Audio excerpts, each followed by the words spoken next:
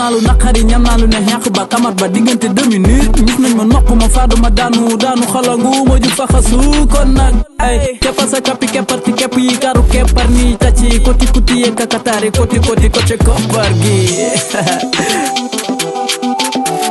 survivant ay say oh ma survivant bang bang bang oh ma survivant dégguma oh ma survivant oh ma survivant wow dégguma oh ma survivant bang bang say oh ma survivant dégguma oh ma survivant bi tax sa petite sœur di cool boo gisee sa bopp ci wax. acca les gars loolu moo nekk extrait vidéo bi nga xamante ni Mouha Tech 10 génne na ko muy survivant d'après bi nga xamante ni génne na Mbacké Demul muy son bu engagé doon wax ak autorités yi nga xamante ni ñoo ngi Mbacké depuis Iba Gueye ba Abdou Mbacké Ndaw ba si Galaba pour Mbacké changer parce que nee na Mbacké Demul si la ñëwaatee jox ñu benn vidéo bu nice tudd survivant gars yi dam leen ngeen cliquer si lien boobu nga xamante ni bu vidéo bi di commencer moom ngay gis à droite bu ngeen ci cliquer ngeen dem seetaan vidéo bi te boo leen seetaanee vidéo ba pare ngeen abonné aussi tamit ngeen partager ngir dooleel Mouha Tech 10 parce que am na plein de surprises yoo xamante ni moo ngi ñëw ndax booy bi dafa mun rap et puis bu woyee tamit nga ni macha allah gars yi Omzo Dollar nee na rap Galsen dafa tardé ni livreur yi yum la may saf kan mooy livreur yi yum xam naa ne nag gain boobu moom su déggee lu Omzo wax dina ko metti quoi mais Omzo de retour encore avec une très belle vidéo mu ànd ci ak Pape Diouf vidéo bi nag titre bi mu ngi tudd simple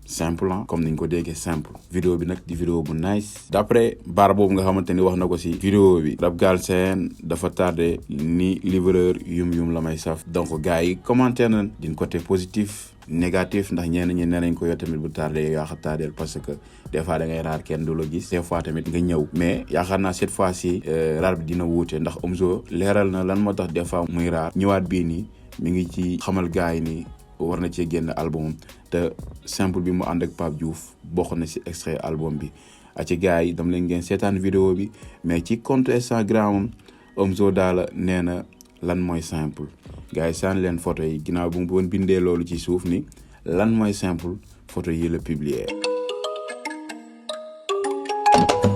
Damser on the beat.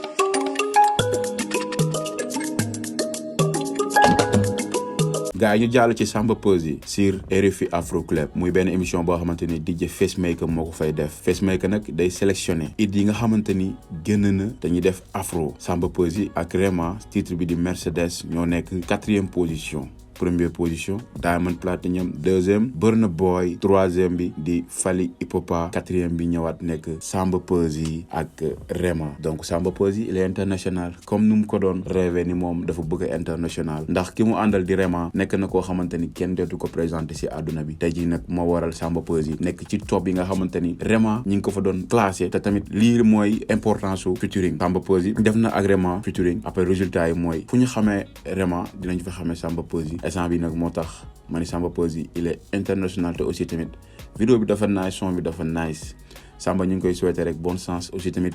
mu ngi réaliser rêve am te xam naa ni next time tamit dina décrocher waat beneen artiste boo xamante ni peut-être mun naa nekk africain peut-être mun naa nekk américain mais bon sens Samba Peuzzi ci li nga xamante ni tey jii visé nga ko aussi tamit dañ siy kontaan nañu ñëpp ay sénégalais lañ tey buñ gisee koo xamante ni tey jii nii mu ngi def ak featuring koo xamante ni doomu Africa nga muy Rema nekk international Samba Peuzzi nekk sénégalais ñëw def ak moom featuring nga koy dégg ci top yi nga xamante ni ñu ngi fay dégg ndaanaan ñu mag ñi ndax ay Diamond Platinum ay Burna Boy ay Fally Ipupa ñooñu duñu n'importe qui ci afro donc gars yi Samba Peuzzi 4e position ci RFI Afro Club te DJ Facemaker di ko def.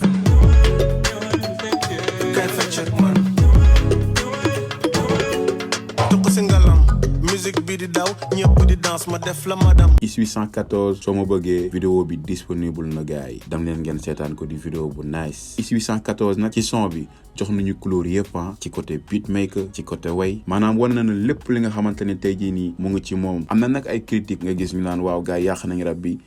mbalax nangam ak nangam ak nangam te li ma si jaaxal Kangam Squad génne na Boom Bap Fuken Cook génne na Boom Bap ñiy wax loolu duñu mës a partager lien yooyu si groupe yi di si débat ñoom dañuy xaar comme benn X800 génn wala benn Ngaaka wala benn Zo Daala wala keneen ñu ni waaw gars yi rambax yaa noonu nag pour débat si waaye léegi lan moo tax ñoom duñu débat si Boom Peg bi nga xamante ne à chaque fois dañ naan rap amatu fi tam am na fi léegi ñoom lii moo leen neex parce que ñoom ñi di ko def je pense que ñoom ñoo gën a bëgg tur ak tamit aussi tamit bëgg ay vidéo commentaire moo tax mais yaakaar naa ni su fekkoon ni li ngeen wax dëgg la si yéen Kangam Squad maa ngi bëgg sama grand DJ Ala dinaa ñëw si yow fu kenn ku aussi génn na ak ñeneen ñoo xam ñu ngi def classique mais yéen da ngeen naan pat parce que ci lii ngeen mën a defee publication gars yi di si wax c'est-à-dire que moo tax ma ni yéen dundaloo leen rap gëmoo leen rap lu ngeen bëgg rek mooy critiquer pour zéro te loolu amul benn sens. X814 am na envie def lii moom la concerné na ko def. Ngaaka am na envie def leneen moom la concerné na ko def. Kangam ñëw na faj na ngi si rap mooy Boom Peg waaye moom laay déglu moom laay fësal mais gisoo kenn ku ko partage si gars yi di si wax. donc gars yi loolu benn parenthèse la woon rek di wax gars yi aussi tamit yéen tamit seen réaction si commentaire yi ngeen wax seen xalaat te boo leen commentaire ba pare yéen nga xam ne yéen a ngi dugg ci chaîne bi ngeen abonné te boo leen abonné ba pare bu leen fàtte ba seen cloche notification ba vidéo bu dugal rek ngeen mun ko am.